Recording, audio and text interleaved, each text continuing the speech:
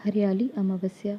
हरियाली अमावस्या को हरेली अमावस्या भी कहा जाता है और श्रावण मास में होने के कारण श्रावणी अमावस्या भी कहा जाता है।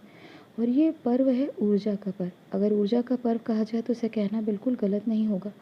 इस समय एनर्जी बहुत हाई रहती है। इसका प्रयोग करना और इसके बारे में ना जानना आपके लिए बहुत घातक सिद्ध हो सकता है, क्योंकि इस समय बहुत नेगेटिव एनर्जी के साथ में लोग इसका प्रयोग करते हैं।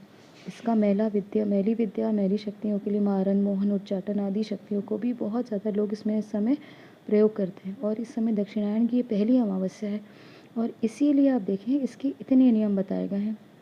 12 अगस्त का दिन वैसे भी बहुत ज़्यादा जो है प्रभावित करने वाला है। क्यों? क्योंकि इसी दिन पूर्ण सूर्य ग्रहण होगा।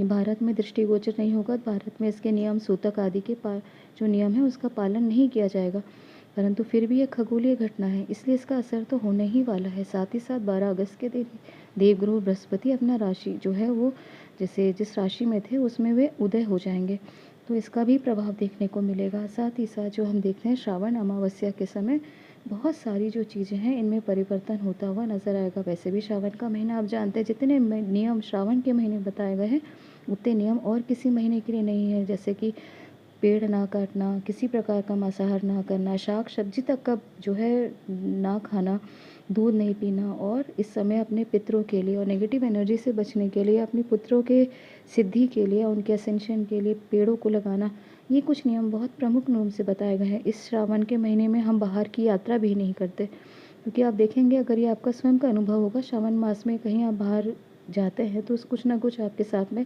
ऐसी कुछ घटनाएं घटती हैं, क्योंकि ये समय जो मैंने बताया अमावस का रहता है और हलीली अमावस उसमें प्रमुख जो है ये तिथि बहुत खतरनाक मानी गई है। और छत्तीसगढ़ की बात किया जाए तो छत्तीसगढ़ में तो जैसे हम जानते हैं कि बंगाल के जादू से भी ज़्यादा खतरनाक छत्तीसगढ़ का जादू, काला जादू माना जाता है। और इसीलिए बहुत ज़्यादा लोग इस समय मैली विद्या का प्रयोग करते हुए नज़र आते हैं। तंत्र, मारण, मोहन, उच्चाटन के साथ हम देखते हैं लोग शाम होने के पहले घर आ जाते हैं। सुबह होते ही जैसे स्नान ध्यान करने के बाद सबसे पहले वे अपने गौवंश की पूजा करते हैं और उसके बाद अपने जो हल हैं और खेती से जुड़े जितने औजार हैं उसकी पूजा करते हैं। उसके बाद वे अपने घर के हर एक चीज़ जगह कोने में, मुख्य द्वार में, गाड़ियों में, जो भी उनके पास में उनके एसेट्स हैं उसमें वे नीम पत्ती लगाते हैं, ताकि ये नेगेटिव एनर्जी उनके घर परिवार को जो है परेशान ना करे, मैली शक्तियाँ उनको किसी प्रकार के जो है कष्ट ना पहुँचाए।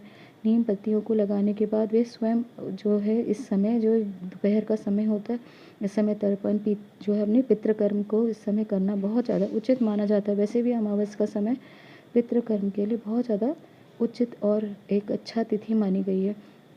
उसके बाद आप देखिए शाम